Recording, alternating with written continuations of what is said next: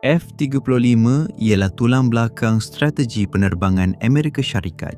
Tetapi setiap jet pejuang yang keluar dari barisan pengeluaran bergantung kepada logam yang Amerika Syarikat tidak lagi boleh hasilkan. Satu-satunya kuasa besar dunia bergantung sepenuhnya kepada rantaian bekalan asing, dan ia diketuai oleh China, sebuah negara yang kita hampir berperang dengannya. Penemuan itu membawa saya ke sebuah fasiliti di Utah yang boleh mengembalikan dominasi penerbangan Amerika, kecuali ia sedang membantu membunuh sebuah tasik yang begitu toksik. Kejatuhannya boleh meracuni seluruh bandar. Apa yang saya temui mendedahkan satu kebenaran yang menakutkan tentang masa depan Amerika Syarikat yang tiada siapa sanggup hentikan. Setiap F-35 berharga sehingga $100 juta dan Amerika telah membina 191 daripadanya, kadar pengeluaran tertinggi dalam sejarah program itu. Pentagon merancang untuk terus menggunakan pesawat ini sehingga tahun 2088 dengan jumlah kos hampir $2 triliun. Tetapi senjata penting ini tidak dapat wujud tanpa magnesium.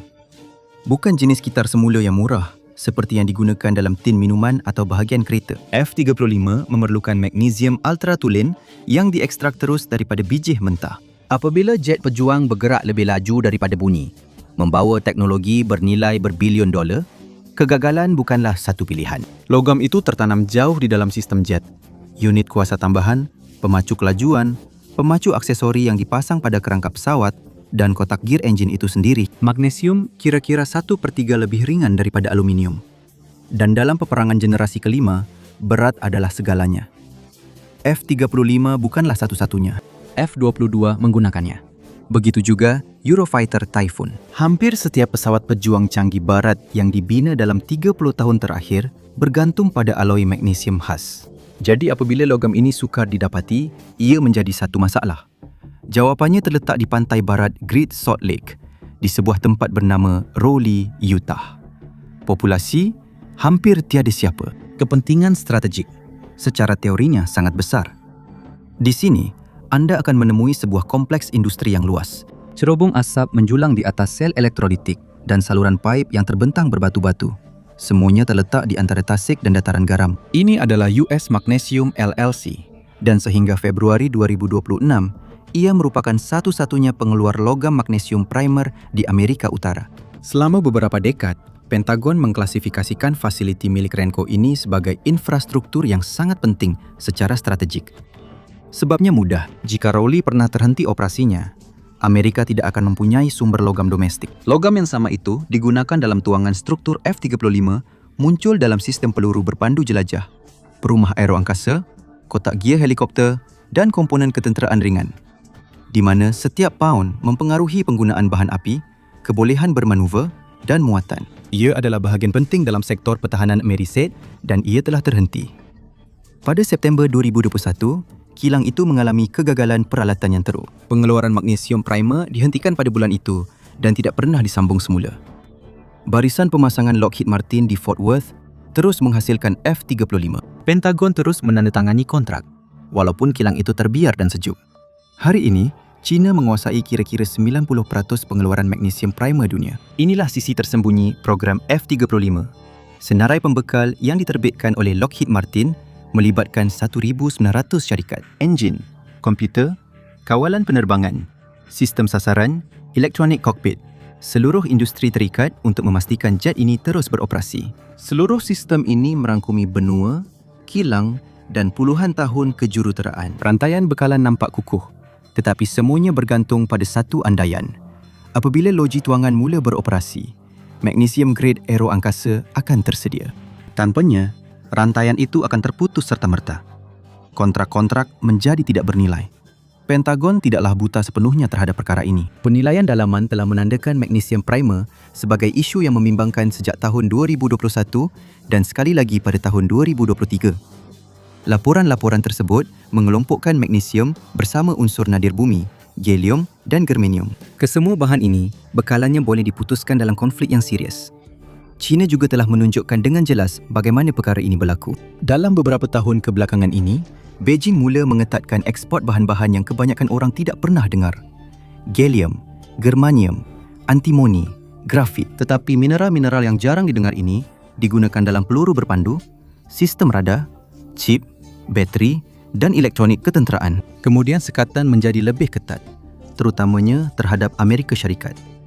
Magnesium belum lagi disasarkan, tetapi ia hampir tidak perlu disasarkan pun. China mengawal sebahagian besar bekalan global sehingga perubahan dasar yang kecil pun boleh menyebabkan harga melonjak atau bekalan menjadi terhad. Ia telah berlaku beberapa kali, bukan pun sebagai senjata yang disengajakan.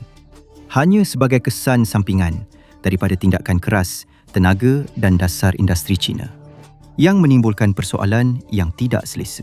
Jika gangguan tidak sengaja pun sudah menggoncang rantaian bekalan, apa akan berlaku jika Beijing benar-benar memutuskan untuk melakukannya dengan sengaja? Pada tahun 2024, pengeluaran magnesium primer di kilang Rowley adalah sifar. Pada tahun yang sama, US Magnesium mengepam lebih daripada 52,000 ekar kaki air keluar dari sistem Great Salt Lake. Itu adalah jumlah air yang cukup untuk membekalkan kira-kira 100,000 isi rumah di Utah selama setahun.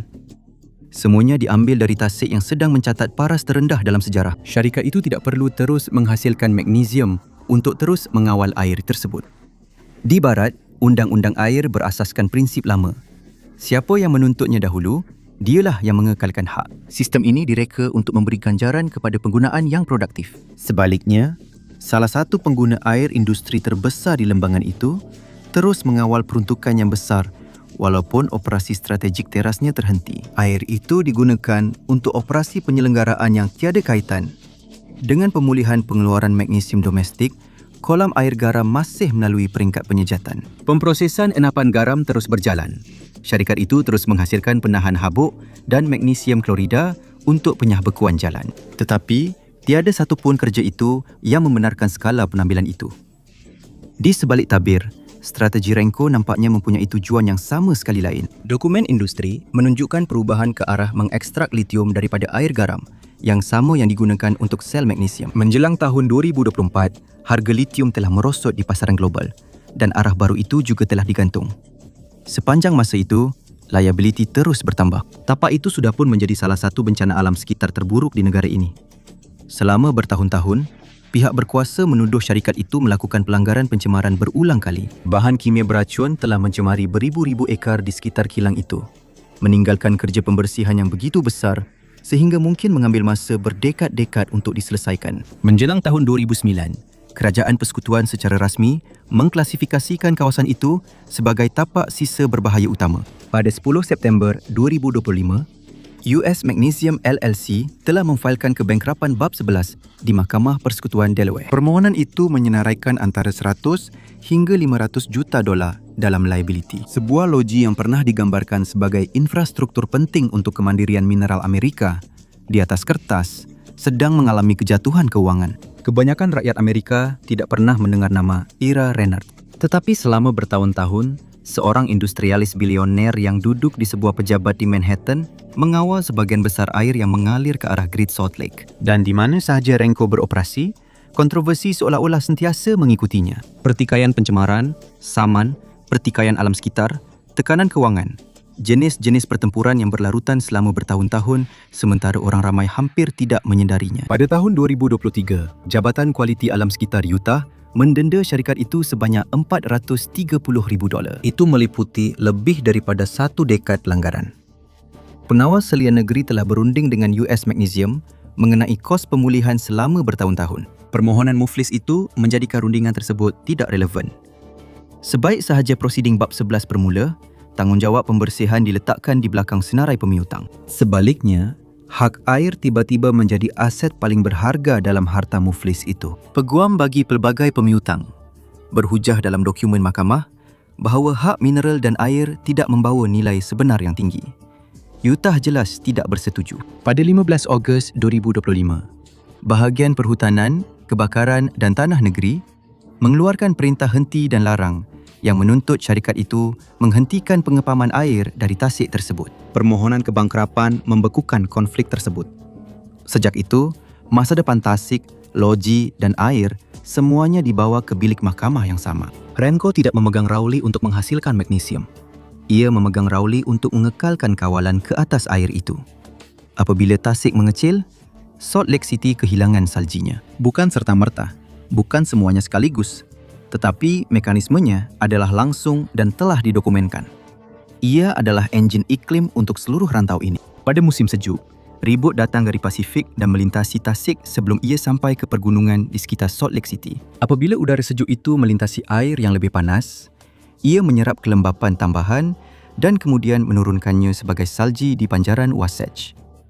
Salji itu menjadi bekalan air untuk rantau ini. Ia mengisi takungan, membekalkan air kepada ladang, membekalkan air kepada bandar dan memastikan utara Utah terus hidup sepanjang musim panas. Dan jika tasik itu terus mengecil, sistem itu mula terganggu. Kurang tasik bermakna kurang salji. Kurang algi bermakna kurang air. Dan di barat Amerika, apabila air mula menghilang, semuanya akan menjadi satu pertarungan. Pada awal tahun 2023, Utah mengalami timbunan salji terbesar dalam ingatan orang ramai pada zaman moden. Semua orang menjangkakan bahawa semua air cairan itu akan mengalir deras ke sungai-sungai tempatan dan dari situ, ia akan mengalir masuk ke Great Salt Lake. Tasik itu sepatutnya naik melepasi paras krisis. Namun, itu tidak berlaku. Lenan selatan tasik itu naik beberapa kaki antara akhir 2022 dan penghujung tahun air 2023-24. Ia mungkin kedengaran seperti kemajuan, tetapi ia masih jauh daripada mencukupi. Jadi, ke mana sebenarnya salji itu pergi? Ke dalam tanah. 2 dekad kemarau telah menjadikan seluruh kawasan tadahan seperti span.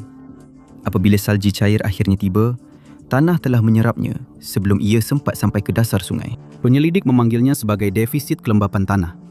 Itu adalah cara sopan untuk mengatakan bahawa tanah begitu dahaga sehingga ia mencuri sumber hayat tasik itu. Ia seperti menuang sebaldi air ke atas tanah liat yang retak dan dibakar matahari. Kebanyakannya hanya hilang begitu sahaja. Pakar hidrologi memberi amaran bahawa penjelasan itu hanya masuk akal sebagai kesan sementara. Menjelang musim bunga tahun 2025, profil tanah di seluruh utara Utah akhirnya tepuh. Pakar hidrologi menjangkakan kitaran larian air seterusnya benar-benar akan sampai ke tasik.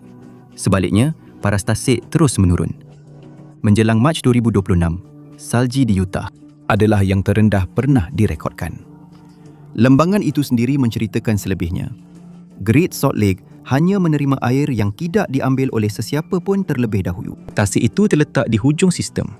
Setiap bandar, ladang, takungan dan saluran paip di hulu mendapat akses terlebih dahulu. Apabila sungai-sungai akhirnya sampai ke tasik, yang tinggal hanyalah apa yang tidak diingini oleh orang lain.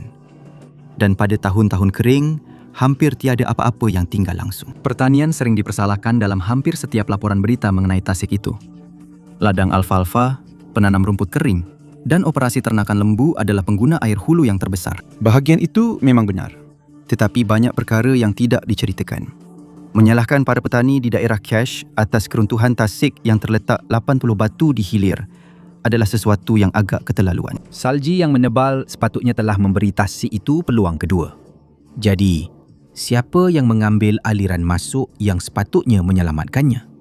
Dan bagaimana semua ini boleh menjadi sah di sisi undang-undang? Sementara Pentagon bimbang tentang Beijing menghentikan ekspor magnesium, ancaman sebenar terhadap bekalan magnesium primer Amerika Syarikat sebenarnya sedang berlaku di sebuah mahkamah di Utah. Hak air seorang jutawan dan satu pemfailan kebangkrapan. Utah dijangka akan menambah kira-kira 2 juta lagi penduduk antara tahun 2020 dan 2060. Wasatch Front akan menampung lebih daripada 70% pertumbuhan itu. Daerah Utah sahaja dijangka hampir menggandakan jumlah penduduknya. Kawasan pinggir Bandar Baharu, komuniti terancang baharu dan bandar terancang baharu sepenuhnya sudah pun dalam perancangan. Semuanya memerlukan perkara yang sama. Mereka memerlukan peruntukan air yang dijamin dan ditetapkan hari ini untuk digunakan beberapa dekad akan datang. Satu mekanisme yang membolehkan pemaju melakukan perkara ini ialah Akta Perbankan Air Utah. Ia telah ditandatangani menjadi undang-undang pada tahun 2020 sebagai rang Undang-Undang Senat 26. Di atas kertas, akta ini kelihatan cukup munasabah. Ia adalah program perintis selama 10 tahun yang mewujudkan bank air rasmi. Pemegang hak air boleh mendepositkan air yang tidak digunakan itu bukannya kehilangannya. Hak tersebut dilindungi daripada pelucuthekan dan air itu tidak perlu terus mengalir ke hilir menuju tasik. Bank tersebut melindungi mereka. Penyokong berhujah bahawa undang-undang ini direka untuk mewujudkan fleksibiliti semasa kemarau dan menghalang pemegang hak daripada membazirkan air semata-mata untuk mengekalkan tuntutan undang-undang. Di bandar-bandar pertanian di utara Salt Lake City, hak air yang dahulunya terikat kepada pertanian kini semakin banyak digunakan untuk pembangunan perumahan pada masa hadapan. Ladang-ladang itu masih ada buat masa ini, tetapi semua orang tahu kawasan pinggir bandar akan datang. Di lembangan Uinta, bank air pertama Utah dilancarkan sebagai sebuah Craigslist untuk hak air. Ia boleh disenaraikan dan disewa seperti iklan barangan dalam talian. Di tempat lain, infrastruktur sudah pun dibina untuk mengalirkan air ke arah komuniti resort yang sedang berkembang dan pembinaan rumah kedua. Antara tahun 2021 dan 2025, negeri itu telah menghantar hampir 400,000 ekar kaki air kembali ke Great Salt Lake. Itu kira-kira cukup air untuk membekalkan Los Angeles selama setahun penuh. Ia kedengaran seperti jumlah yang besar di atas kertas, tetapi ia diagihkan sepanjang beberapa tahun di dalam lembangan yang biasanya bergantung pada aliran masuk yang jauh lebih besar hanya untuk kekal stabil. Ia adalah pembetulan yang agak kecil dalam satu sistem yang masih kehilangan air jauh lebih cepat daripada ia digantikan. Petani hai menjadi sasaran yang mudah. Kira siapa yang bertanya mengapa komuniti terancang berskala besar memegang hak air untuk populasi yang masih belum wujud. Air sedang diperuntukkan bertahun-tahun sebelum pembinaan bermula. Kawasan pinggir bandar masa depan sedang dibenarkan bersama-sama dengan perancangan peruntukan jangka panjang. Tasik itu sedang kekurangan air, sementara pemaju dan pihak berkuasa tempatan memastikan hak ke atas aliran masuk untuk bandar-bandar yang masih belum dibina. Jadi, bagaimana keadaan persekitaran yang akan diwarisi oleh penduduk baru itu apabila mereka akhirnya tiba? Apabila tasik mengecil, ia bukan sekadar hilang begitu sahaja. Ia mendedahkan permukaan dasar tasik yang luas dan kering. Permukaan itu pula tidak stabil. Ia terdiri daripada sedimen halus dan berdebu yang terkumpul selama beberapa dekad. Apabila angin kencang bertiup melintasinya, debu itu diangkat terus dari tanah dan dibawa ke kawasan Wasatch Front, termasuk Salt Lake City. Tetapi ini bukan debu biasa. Kebimbangan bukan sahaja kerana debu ini tidak menyenangkan, tetapi juga kerana badan menganggapnya sebagai bahan perengsa yang perlu dilawan. Apabila zarah halus dari dasar tasik yang kering disedut masuk, ia tidak hanya berada di dalam paru-paru. Ia boleh mencetuskan sistem amaran dalaman yang sama yang digunakan oleh badan untuk perkara seperti asap, bahan kimia atau wap berbahaya. Sistem amaran itulah yang menyebabkan reaksi segera seperti mata pedih, batuk dan dada terasa ketat. Dalam persekitaran terkawal, para penyelidik juga boleh melihat apa yang berlaku seterusnya. Sistem imun bertindak balas dengan cepat, keradangan berlaku pada lapisan saluran pernafasan dan paru-paru pada dasarnya masuk ke dalam mod pertahanan terhadap sesuatu yang mereka tidak dapat keluarkan dengan mudah. Debu ini jauh lebih sitotoksik kepada sel paru-paru manusia berbanding abu terbang arang batu. Hasil sampingan pembakaran yang sama yang telah mendorong peraturan selama beberapa dekad terhadap loji jana kuasa arang batu. Pada hari debu yang teruk, sesetengah penyelidik membandingkan tindak balas kerengsaan itu dengan pendedahan kepada sebahagian udara yang sangat reaktif dan bukannya pencemaran zarah biasa. Ia tidak sama seperti menyedut jerebu bandar biasa. Kajian mendedahkan terdapat logam surih seperti arsenik, uranium dan litium yang terperangkap dalam sedimen itu. Apabila debu itu diangkat oleh angin, ia juga tidak sentiasa kekal di luar. Ia kembali turun ke seluruh lembah, di atas kereta, tanah dan juga kebun belakang rumah. Penyelidik telah mendapati bahawa sebahagian daripada logam ini masih boleh ditemui dalam sayur-sayuran berdaun walaupun selepas ia dibasuh. Kerana ia bukan hanya berada di permukaan, ia diserap masuk ke dalam tumbuhan itu sendiri. Apabila saintis memodelkan implikasinya terhadap kanak-kanak di kawasan yang paling terdedah, kebimbangannya bukanlah satu lonjakan risiko sahaja. Ia menjadi pendedahan berulang dari masa ke masa, yang dalam sesetengah senario melebihi had keselamatan yang diterima. Dalam jangka masa panjang, itu bermakna peningkatan risiko untuk asma dan penyakit kardiovaskular.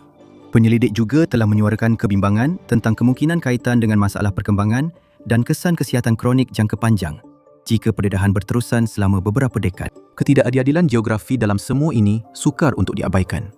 Penapan dasar tasik telah mengumpulkan logam-logam ini selama lebih daripada 1 abad. Sumber-sumber termasuk air larian, perlombongan dari operasi tembaga Bingham Canyon. Pelepasan asap dari loji peleburan di seluruh rantau menambah lagi.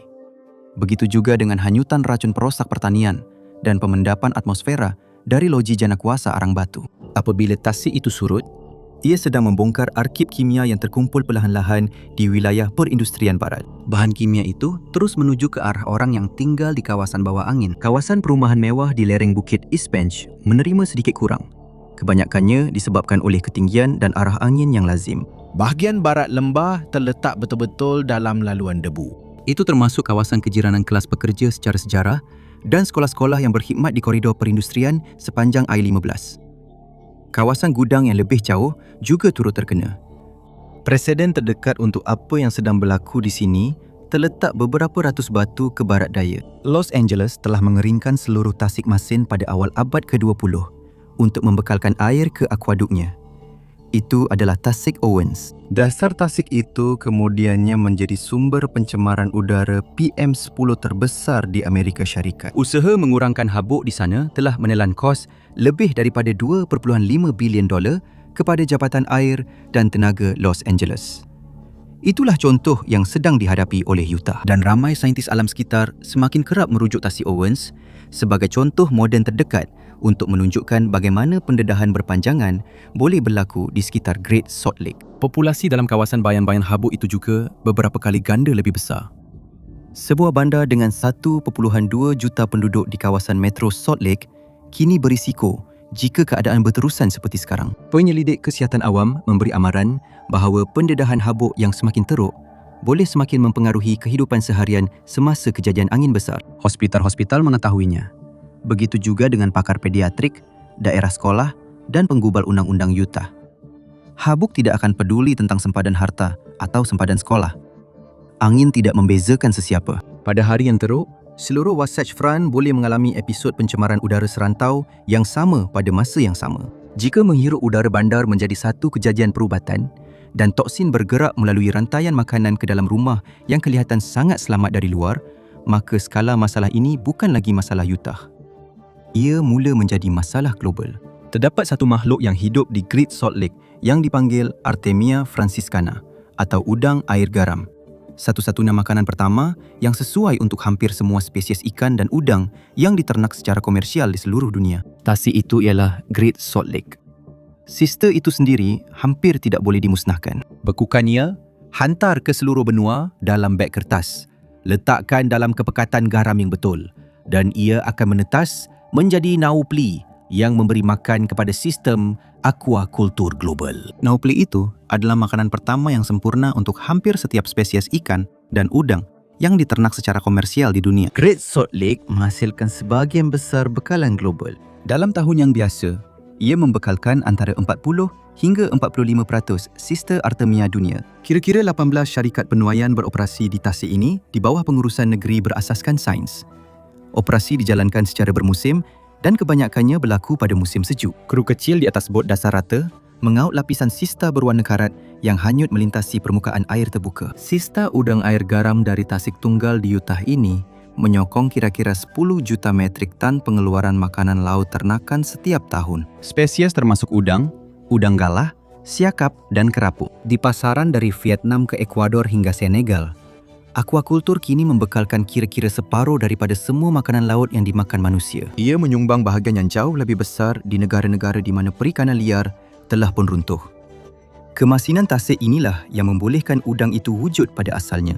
Jika air terlalu tawar, populasi udang air garam akan merosot. Jika air menjadi terlalu masin, populasi juga akan merosot kerana air yang terlalu masin membunuh alga yang dimakan oleh udang tersebut. Krisis pada tahun 2022 berlaku apabila tasik itu mencapai paras air terendah dalam sejarah. Ia hampir memusnahkan keseluruhan populasi.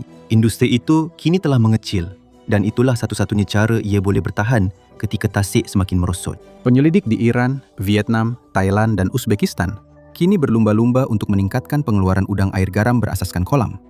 Matlamat mereka adalah untuk mengimbangi risiko tersebut. Tiada satu pun daripada program-program itu yang cukup besar lagi untuk menggantikan apa yang disediakan oleh tasik garam besar. Jika tasik itu terus menyusut dan tahap kemasinan terus meningkat, populasi Artemia akan lenyap seperti dasar tasik.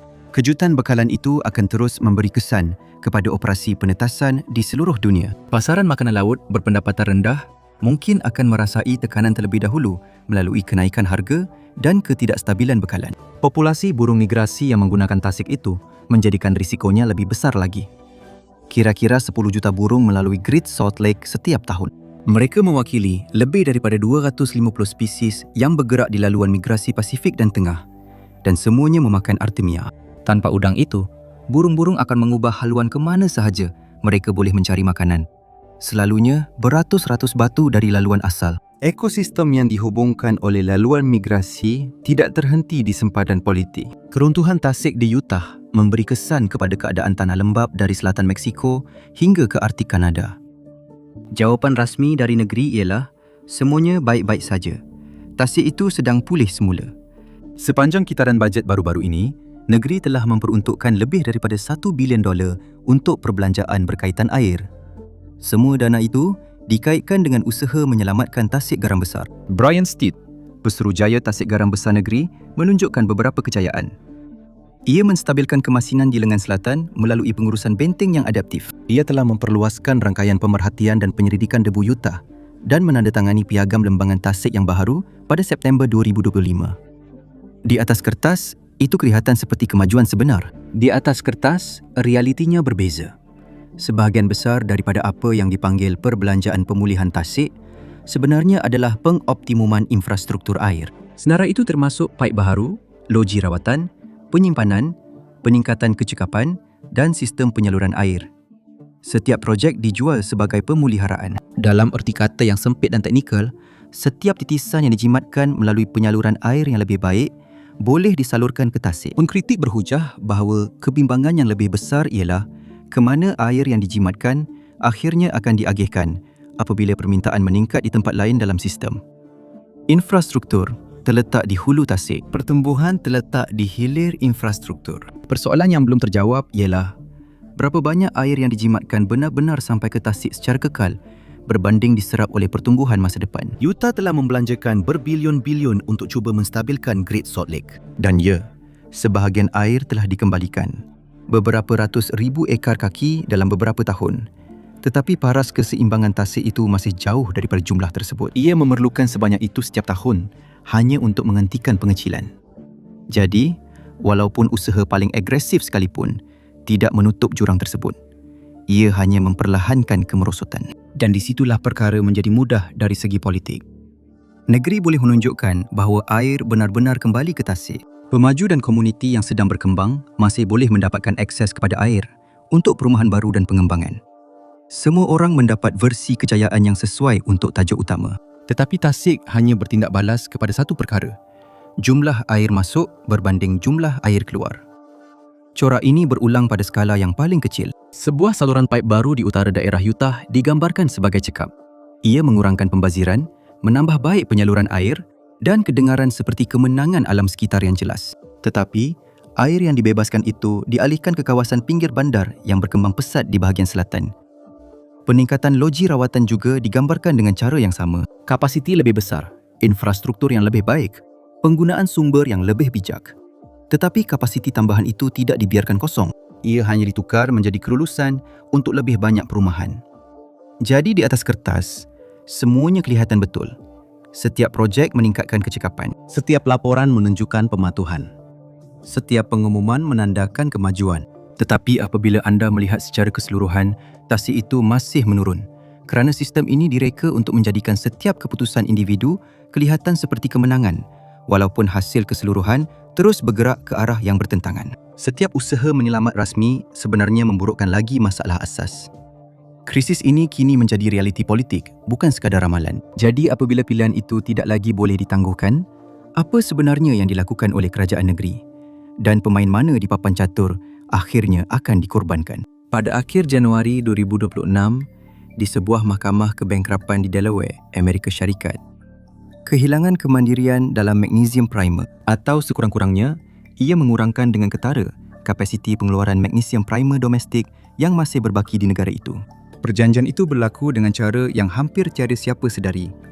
Utah mengemukakan bidaan sebanyak $30 juta untuk aset muflis loji Ralston. Agensi yang membuat bidaan itu ialah Bahagian Perhutanan, Kebakaran dan Tanah Negeri Utah. Itu adalah agensi negeri dan bukannya pembeli swasta, kontraktor pertahanan atau pengeluar magnesium. Utah pada mulanya telah dikalahkan bidaannya oleh Limak Holdings, sebuah syarikat yang berkait secara langsung dengan kumpulan Renko. Limak jelas berniat untuk mengekalkan hak air itu dalam lingkungan Renko.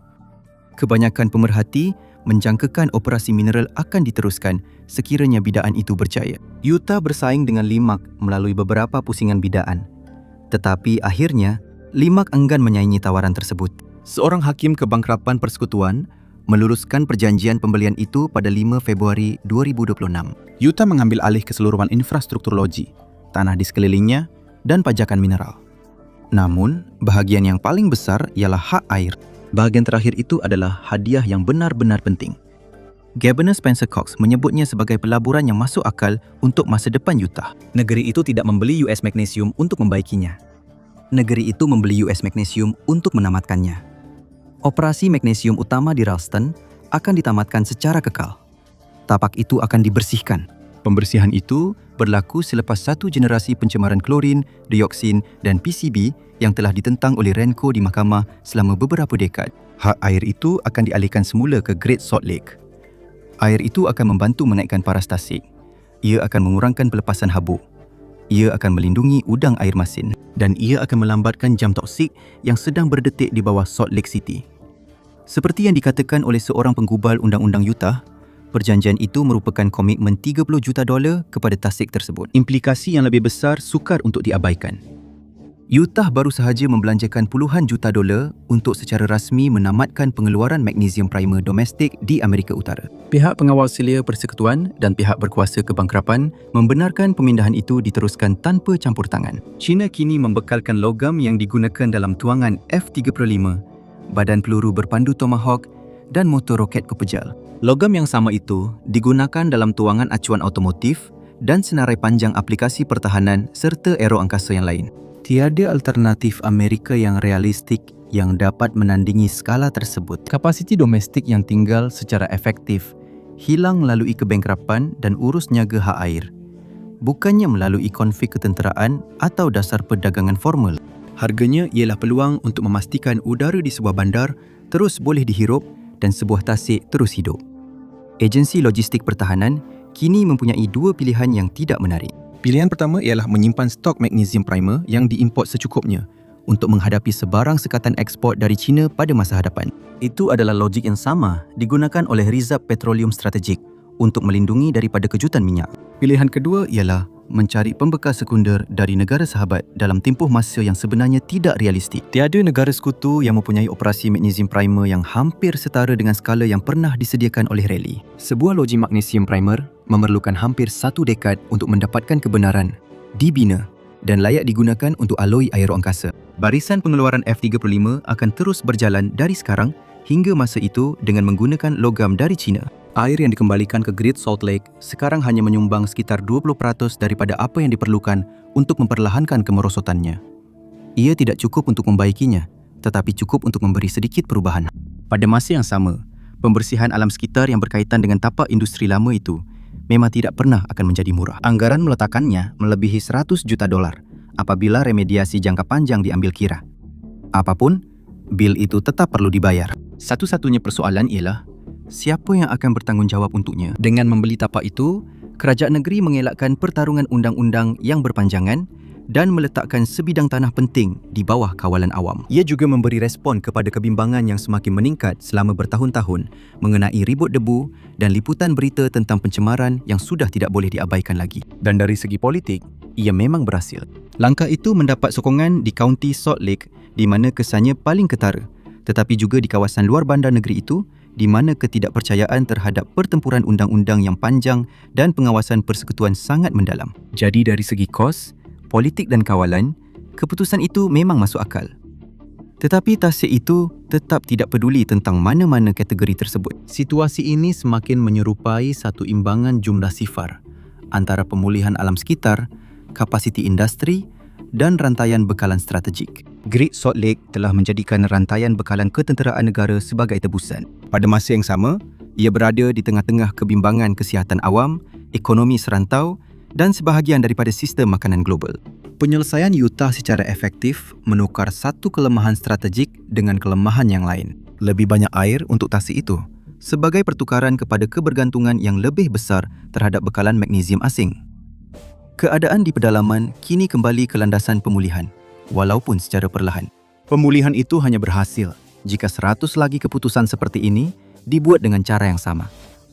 F-35 terus terbang selagi Beijing tidak mengubah haluan. Jika magnesium primer dihadkan sebagai ekspor strategik, perkiraan itu akan berubah serta-merta. Pegawai negeri, pejuang alam sekitar dan penganalisis pertahanan, kini semua beroperasi dalam set kompromi yang semakin sempit. Dekad yang akan datang mungkin kurang ditentukan oleh kemenangan bersih. Sebaliknya, oleh kompromi yang sukar. Dan harapan agar nota tebusan seterusnya tidak tiba sebelum tasik itu sempat pulih. Selama beberapa dekad, tasik garam besar kelihatan seperti sekadar ciri geografis rantau di peta. Apa yang Yuta sedang temui sekarang ialah tasik itu sebenarnya berkait dengan jauh lebih banyak sistem, alam sekitar, industri dan geopolitik daripada yang disedari oleh hampir semua orang. Terima kasih kerana bersama saya hari ini. Saya harap anda menikmati video ini. Dan jika anda ingin melihat lebih banyak video seperti ini, sila pertimbangkan untuk melanggan dan aktifkan notifikasi. Ia memang banyak membantu. Terima kasih sekali lagi dan saya akan jumpa anda lain kali di MedPack.